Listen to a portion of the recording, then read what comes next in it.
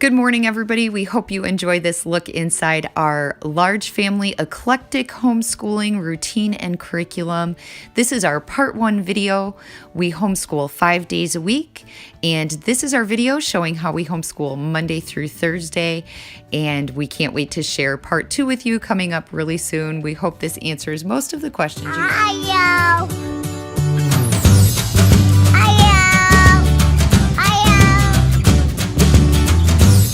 So we always start our school day with Aspen's school first. He's most focused in the mornings and in the early part of the day. Today he was starting with a little bit of creative play, which is usually how he likes to start his day off, whether it's toys, Play-Doh, and that's what he was doing today. He had all kinds of tools out. He was watching a YouTube video on how to work with clay and Play-Doh. We begin Aspen's preschool day by getting into doing his calendar. He really looks forward to this. It's something we started actually doing last month when he had lots of questions about when Valentine's Day was. And so we've marked birthdays, which his daddy's is this month, and then of course St. Patrick's Day, and he's really looking forward to the leprechaun coming. The next thing we do is we'll start with some reading time to get him kind of relaxed and focused on learning. We usually use a library book or something we might have from our home library. Today it was from our local library. We were doing a science book. So I like to rotate between something that's really real world one day, and then the next day we'll use a book that's more of a story book. And I really find that mixing it up like this really keeps Aspen interested in learning. And today we were reading about snakes, and of course Zane joined us because it was interesting. Some snakes come from eggs. Milk snakes come from eggs. This is a milk snake. After reading time, we move into Aspen's computer work, and for preschool, we do easy peasy for Aspen for his main learning stuff for letters and numbers and colors, things like that for different crafts. And today he was watching a video on phonics. So he's been doing a lot with the sounds, with phonics, and then learning lots of letters and colors. Today's lessons was a lot of review. Aspen did some more ABC work, listening to the alphabet song, listening to the phonics of those alphabets. So we had another video that he was watching today on the alphabet. They do a lot with starfall, so that's what he was actually working on now, was a starfall video. So I really like that about Easy Peasy. It mixes it up. There's so many different things and so much variety for the kids. So now I'm starting with Ireland's one-on-ones, and so we begin her day with math, and I pull out lots of manipulatives for the kids to use with their math to help them visually see it. Today she was working with some of the play coins because it was money review and some subtraction and addition review. It also had pattern review, and Ireland is about at the end of this level, so it's lots of review at this point in time. And we're actually working for our math with Easy Peasy with Ireland.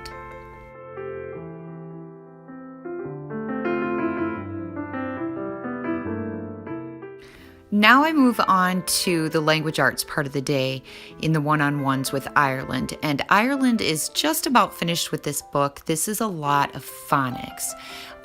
If you've just started watching our channel, you may not know Ireland has really struggled with learning to read, and she has come a long way since when we first started homeschooling. Ireland was not always homeschooled. As a matter of fact, all of my kids except for Aspen have gone to public school. So when Ireland came out of the public school system, she was not able to read very well. And so we have been working on really building her reading skills. And at this point, we figured out that Ireland was really missing a lot of those beginning basics, a lot of the phonics and learning how to decode and blend. And so that's what we've been working on, is strengthening her decoding and her blending and understanding what sounds the letters are supposed to make, especially when you put chunks of letters together. So that's what she's doing right right now is she's doing language arts in this. Once we have her reading strengthened, then we'll work more on spelling and things like that. But as she's doing some of these workbooks, she's really learning. And when she asks, I teach her how to spell the words that she's trying to learn in the moment. So we do a lot of in the moment learning for her spelling right now until she really has that reading and phonics really well under her belt. Now the book you see her working out of here, this one she's actually telling me now, and she's almost to the end of it, she's telling me it's easy. When we first started doing this, it was not easy for her. So that shows me a lot of the progress she's made. So she does get some spelling work right here as well. For Ireland's reading lessons, this is the book that we're working out of, and I'm loving this book. So right now we're going to sit down and we're going to go through this lesson in her day. These lessons take anywhere from 15 to 20 minutes to get through, depending on the length of the lesson. And it really gets in depth into that decoding and those phonics, the sounds the letters make. So I'll show you a little bit of how this works for us. You're going to rhyme. These are the sounds you're going to rhyme. You're going to start with, say the sound. Good. You're going to rhyme with eat. What are you going to rhyme with? Eat. Rhyming with eat. Meat. Eat. Right? Yeah. Okay, try that again. Rhyming with eat. Eat. Say it fast. Meat. Good. You're going to rhyme with eat. What are you going to rhyme with? Meat. Eat. Sorry. Rhyming with eat. Eat. Say it fast. Seat. Good. Say eed. Eed. Say it fast. Seed. Say eed. Eed. Say it fast. Read. Say ear. Ear. Say it fast. Ear. Say eat. Eat. Say it fast. Meat. Sound it out. It. Say it fast. Ear. First word that you're going, the first sound you're going to write is What sound? Go ahead and write After Ireland's one-on-ones are finished, I then move into Zane's one-on-ones, and we of course start with math with him as well. Right now he's watching a video on a new multiplication fact, and then he moved into doing some word problems, problem solving, working with decimals again. And so he was learning about how the decimals look when there's a dollar sign in front of them today. I also have Zane working with Easy Peasy as well. I really like that they give the kids games to really get them interested in what they're learning in math. And so today Zane was playing a game on fractions. So it was a cute little game, and it was kind of challenging for him, and I like that about it. At first he thought it was really simple, and as the levels went up more, he realized that it was a little more challenging than he had expected. Now for Zane, I use Easy Peasy for language arts, except for separate spelling tests. But today Zane's actually working on the book that he had started from one of the Easy Peasy lessons we had done, and he is working on getting it typed out so we can do some of the final revisions. All right, so now we're beginning our group session of the day, and we start with poetry, and we've been working out of Where the Sidewalk Ends for this. The kids are really enjoying the poems on this. They're goofy, they're funny. I loved these when I was their age. Least of all was the unicorn. A unicorn! There was green alligators and long-necked geese. There was humpy bumpy camels and chimpanzees. After poetry, we start Bible time, and we study one Bible story a day. I really like this children's picture Bible. So here the kids are just listening to the story. When Aspen's in the room, if there's anything that I think is a little bit older for him to hear, like we were studying about baby Moses here, I'll kind of change some of the wording a little bit, and the older kids understand why. Cruel treatment, the Israelites still thrived and grew in numbers, so the Pharaoh decided to take drastic action. And then it's time for our literature. Right now we're studying out of Winnie the Pooh. We're just about finished with this and the kids are really excited because then we're gonna watch Christopher Robin. Proud words, he gave Christopher Robin the message. But it's from Piglet, cried Christopher Robin when he read it. Isn't there anything about Pooh in it? Asked Bear. For history class, I use Easy Peasy, but I also try to tie in a book that goes along with what we're studying at that time. So I've been using this book on Greece, and the kids really like the story. It's very much a living book, and I like that about it. It makes the story come to life. How come we didn't have meat? You remember? You're right. Bread. They were all out. Right. And how come they couldn't just eat one of their sheep? Because they were shepherds. How come? Because they weren't making a sacrifice. They had to make a special sacrifice to eat one of their own animals, not one they hunted. Who was their goddess? Do you know?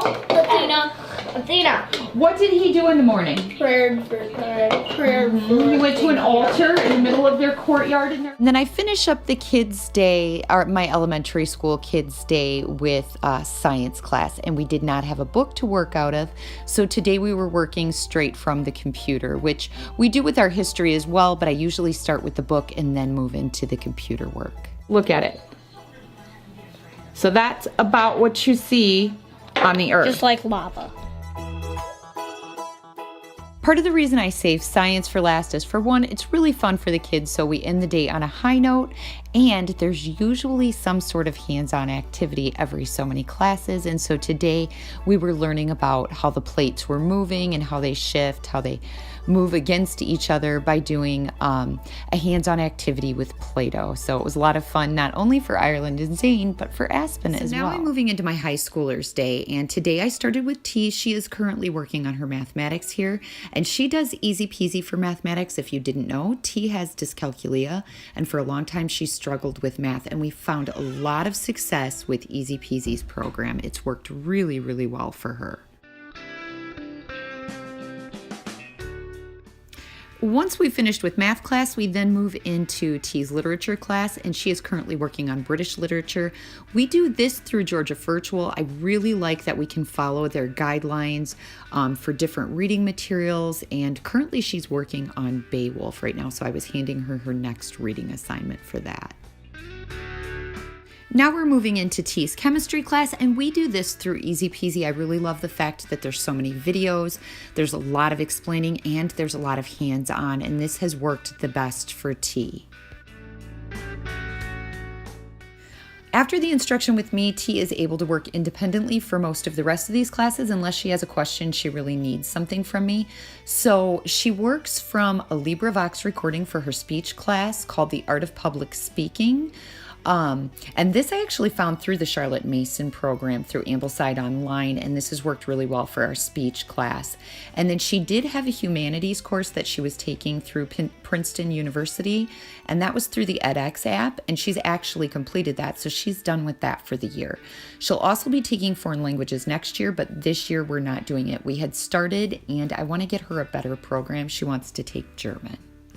And then T takes her world history and her music history class through Khan Academy, and we actually originally had her in regular world history and moved her into AP history. So to start Braxen's day, he starts by reading a chapter out of the Bible. I like the kids to get a good background on biblical history as well as studying lots of other religions too, and he usually curls up in a chair to do this.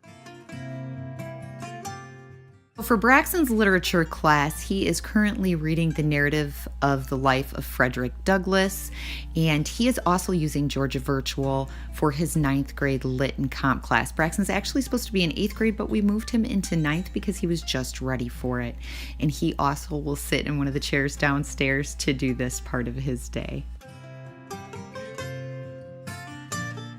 Once Braxen's finished with his reading of the Bible and his literature reading, I will then have him come and retell me what he has read for the day. This was something that I picked up from studying the Charlotte Mason method, and I think it really works to help them retain the information that they need to keep in their mind. Once Braxen's done with his readings, then he moves into his work. Now, the rest of his high school, currently he is doing through Khan Academy. And if he needs my help, he'll come to me. Otherwise, he works independently. Sometimes with math, he will need my help. He is doing pre-algebra, but we actually had him step back and restudy fractions because that was one area that he was struggling in. So I really like that about Khan Academy. If the kids are struggling, they can go and pick those pieces up, relearn that, and then go back where they left off. So he is currently taking pre-algebra.